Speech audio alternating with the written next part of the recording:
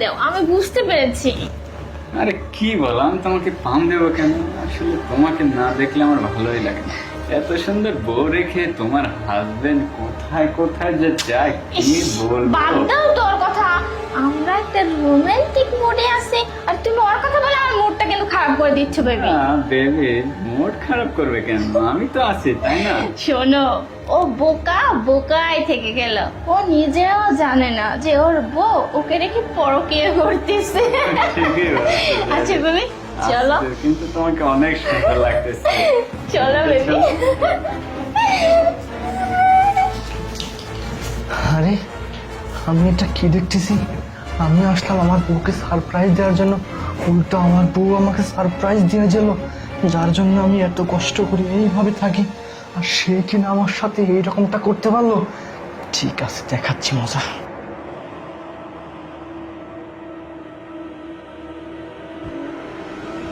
Baby শোনো, আজকে যেহেতু বাসা ফাঁকা না, আমি কিন্তু 7 দিন থাকবো, বুঝতে পারছি? আরে বেবি, বাসা তো সবসময় ফাঁকা থাকে। আমি তো তোমাকে সবসময় বলি যে তুমি আমার সাথেই থাকো, কিন্তু তুমি তো আমার সাথে থাকতে চাও না, খালি চলে যাও। আসো তারপর আরে চলে যাও। সব দিকটাই তো ম্যানেজ করতে হয়, তাই না? আচ্ছা বেবি, যাই হোক। চলো।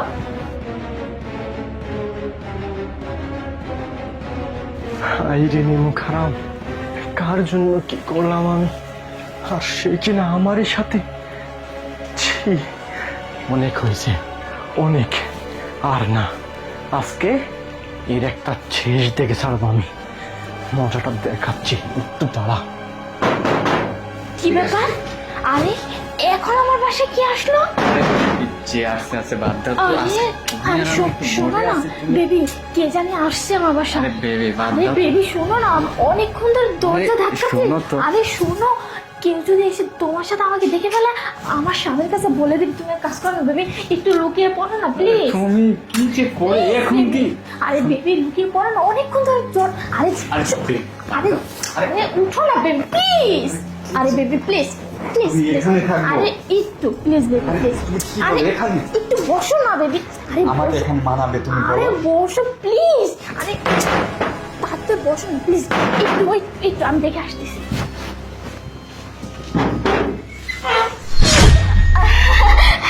না না তুমি বাড়িতে কেন? আসলাম তোমাকে সারপ্রাইজ দেওয়ার জন্য, হঠাৎ করে ছুটি হয়ে গেল, তাই ভাবলাম যে আসি তোমাকে সারপ্রাইজ দিই। আচ্ছা, না বলছিলাম কি ফ্রেশ হয়ে আসো। ফ্রেশ হচ্ছি, আসো। এতদিন পর তোমার সাথে আমার দেখা, তুমি কেমন করছো? তুমি আসো। বলছি একটু ফ্রেশ হয়ে আসো না। ফ্রেশ হবো? আমাকে দিদি ফোন দিলে না? আরে তোমাকে ফোন দিব কি? আমি আমি আমি আমার বাড়িতে আসবো, আমার বাড়িতে আসতে কি তোমাকে ফোন দিতে হবে? সারপ্রাইজ। সার্ভিস তো বুঝতেই পারো তুমি। ফোন দিয়ে আসলাম, তোমার জন্য অনেক কিছু রান্না ব্যাপার করে শান্তা, রাখতাম। হুম? তুমি এমন করতেছো কেন? তোমাকে দেখে মনে হচ্ছে তুমি আমাকে দেখে খুশি হওনি। হ্যাঁ,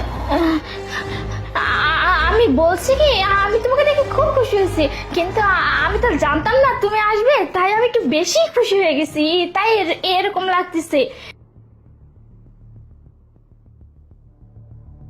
আমার মনে হচ্ছে তুমি আমাকে থেকে কি ব্যাপার, ওদিকে কি ইশারা করতেছো? না না ওই একটা বিড়াল আসতে লাগছিল তো, তাই আমি কিসের বিড়াল আসতেছে? কই বিড়াল? কোথায়? তো কেউ নেই। না চলে গেছে বিড়ালটা। আচ্ছা, হ্যাঁ? আমাদের রুমে এসি চলতেছে, তুমি ঘেমে যাচ্ছ কেন? না এখন তোমার চোখ মুখ হাত পা ঘেমে যাচ্ছে কেন? অনেক গরম পড়ছে না। কোথায় গরম? এই, এই দাঁড়াও। চোর কোথা থেকে আসলো বাড়িতে? আমি জানি কখন আসছে। হ্যাঁ, কখন আসলো? তোমার সাথে আসলো নাকি চোর? হ্যাঁ, আমার সাথে আসেনি, চোরটাকে আমার বউ অনেক আগেই রুমে নিয়ে আসছে। আমি কখন নিয়ে আসলাম? আমিও রুমের মধ্যে অনেক আগেই আসছি।